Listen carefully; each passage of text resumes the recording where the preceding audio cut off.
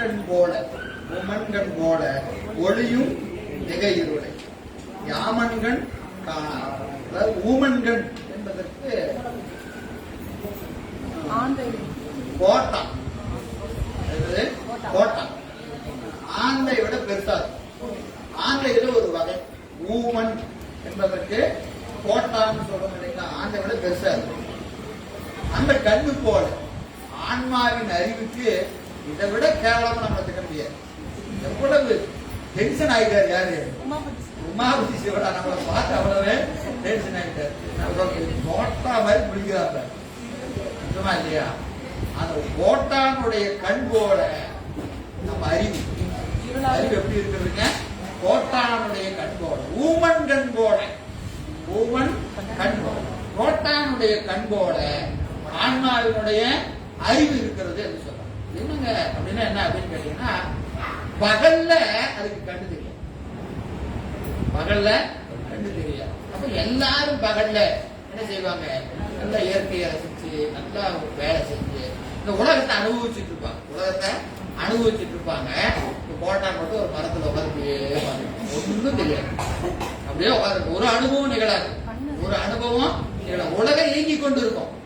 இந்த கோட்டானு கண்டு தெரியாது. ஏதாவது மரத்துல உயரமா போய் சத்தப்படாம உட்காந்து.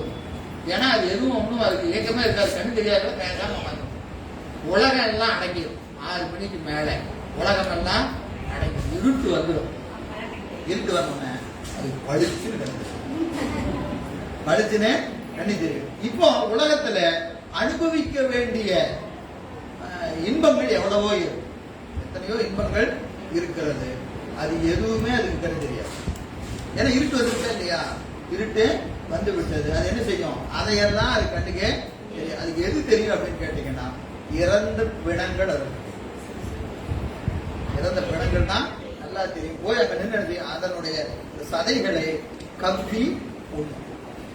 அப்போ நல்ல இன்பங்கள் பாடு, தயிர், பழங்கள். ஒரு பறவைன்னா என்ன சாப்பிடணும்? எவ்வளவு பழங்கள் இருக்கா இல்லையா? அது மரத்து மேலே உட்காந்துருக்கும். அந்த மரத்துல ஏகப்பட்ட பழம் இருக்கும். அதெல்லாம் திங்காது. அதெல்லாம் அது திங்கவும் திங்காது. அது அதுக்கு தெரியவும் தெரியாது.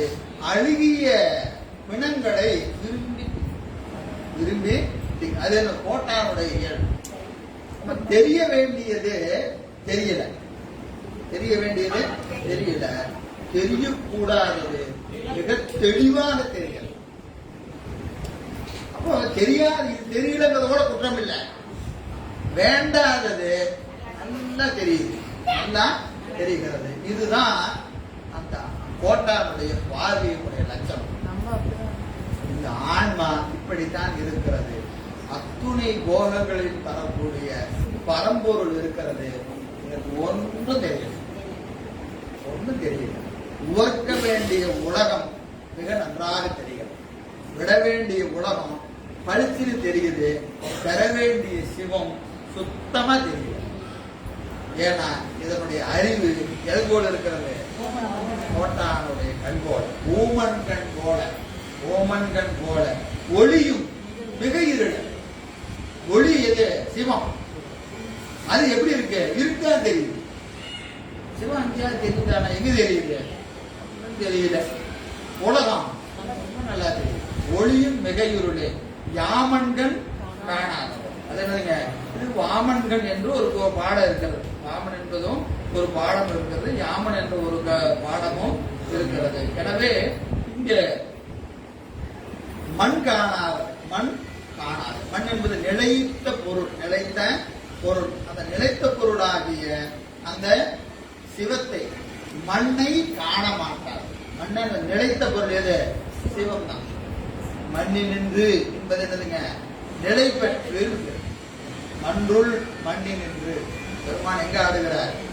மன்றுள ஆடுகிறார். எந்த தில்லை மன்றுளே ஆடுகிறார் என்பதை நாம் பார்க்கிறோம். எனவே மண்ணிய பொருளாகிய சிவத்தை இது அறியாது. காணக்கூடாத உலகத்தை எப்படி காண்கிறது? குளித்து காண்கிறது. எது போல? கோட்டானுடைய கண் போல. எனவே இது பகலிலே குருடாகும்.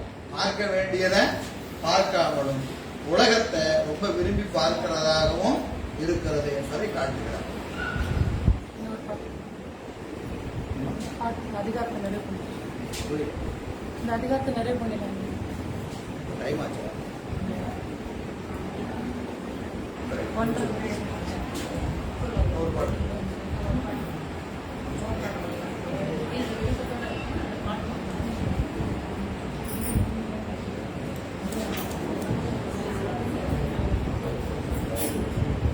இப்போ இவ்வாறு உயிருக்கு உயிராக இருக்கிற சிவத்தை இது அறியாம இருப்பதற்கு என்ன காரணம்? என்ன காரணம்? போட்ட மாதிரி இருக்கு அப்படி சொல்ற மாதிரி ஏன் இப்படி இருக்கு அப்படின்னா அதுக்கு என்னதுங்க? ஆணவ மலம் தான் காரணம். ஆணவ மலம் தான் காரணம். அந்த ஆணவ மலத்தினுடைய இருப்பு இங்க சொல்றாரு. ஆணவ மலத்துக்கு தனியா ஒரு அதிகாரம், அடுத்த அதிகாரம் பூரா என்னது? இருள் மலநிலை. இருள் மலநிலைன்னு வைத்திருக்கிறார். அதற்கு இங்க தோற்றுவாய் செய்கிறார். அந்த இது வள்ளுவருடைய